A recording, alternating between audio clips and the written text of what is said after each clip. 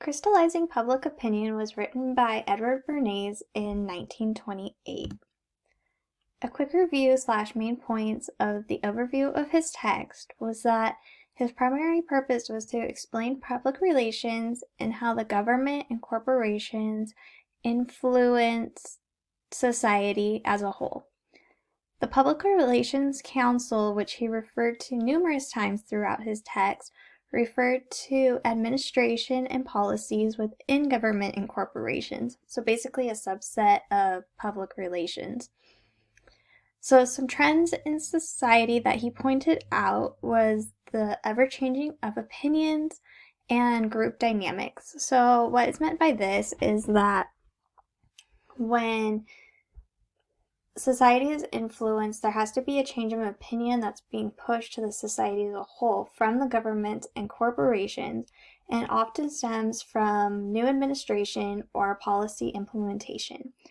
The group dynamics is how the society as a whole is responding to what the government and corporations are pushing. So are they responding positively or are they responding negatively to the information that is being presented to them in order to persuade them? So Bernays' text related to strategic communication and persuasion in numerous ways. Although Bernays did not often use the word persuasion, it was often that he used the word influence in his work, and it is very, very similar to persuasion. So Bernays discussed how people are influenced in a mass majority. So he was looking at society as a whole, not necessarily people on an individual level. He was looking at how they were being influenced through news, movies, and newspapers at the time. He was writing in 1928, so it is going back before social media and the internet and big stream movies were really popular.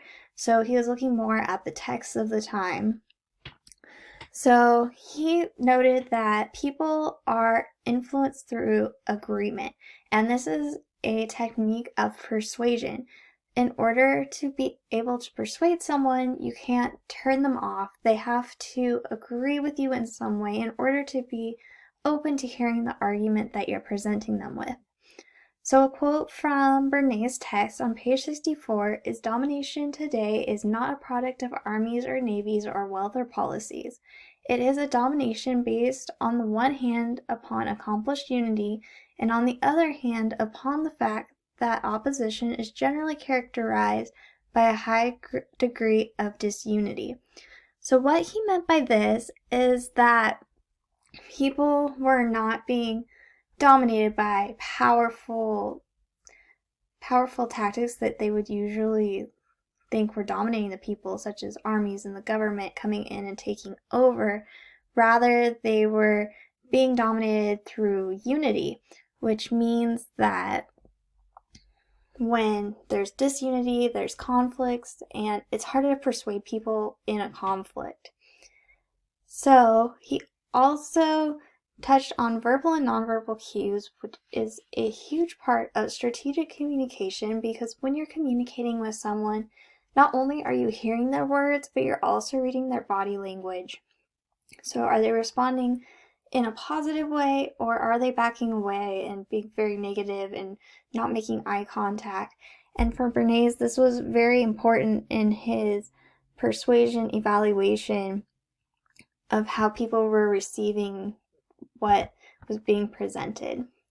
So some tactics that Bernays touched on in his text were that many groups exist and can shift over time.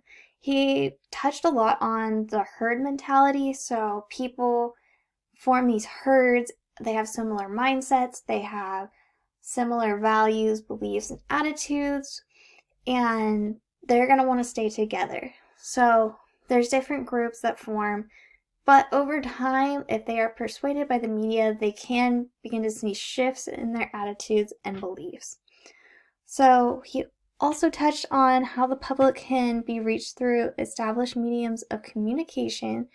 So modernizing this a little bit. So he was really touching on the newspapers and the books and the texts that were being presented in his time, at that time, social media was not really a thing. Even in the early 2000s, social media was not an established form of communication, but now it is. So now companies and corporations can use social media to connect with people, and they can be persuasive through this. So as technology is evolving, first came the televisions and the movies, and more information was being given to people for them to create different opinions from their herd. So he also discussed how ethics should be considered for influence. And so when presenting information to people, in order to be ethical, you have to maintain good composure. You have to be giving facts and not selling lies that they can easily pick up on. So what he means by this is that people should be moral in their persuasion. Companies should. They're not always, but in order for influence, there should be ethics involved. So this means furthering humans, such as providing them with food, providing them with steady jobs and things that will help further them in society, and not harming them personally. So a critique of Bernays' 1923 text was that Bernays really touched on the large group scenario and how society as a whole is influenced and how to reach the various groups. So he really wanted to focus on society as a whole, how are they influenced, and then he broke it down and looked at each of the herds and how herds can be persuaded by other herds.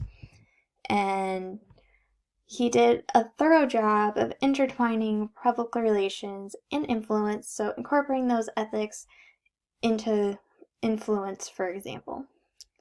And he did a lot of describing of pros and cons of scenarios, so how to be a good person in public relations, how to be an ethical corporation, but then he also showed the side of how they're not always ethical. So he did a really good job of balancing both of these.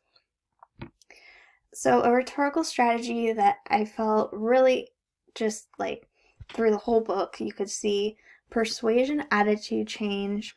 So persuasion attitude change is when a person evaluates messages and based on their characteristics.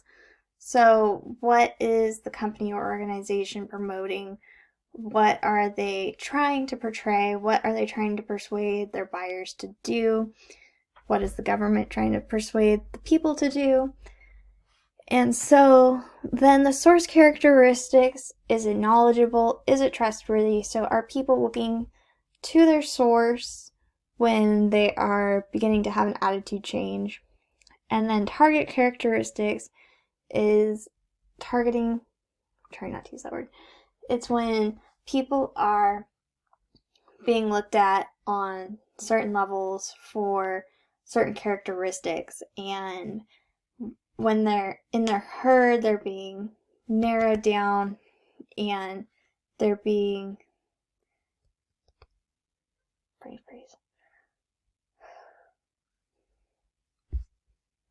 target characteristics.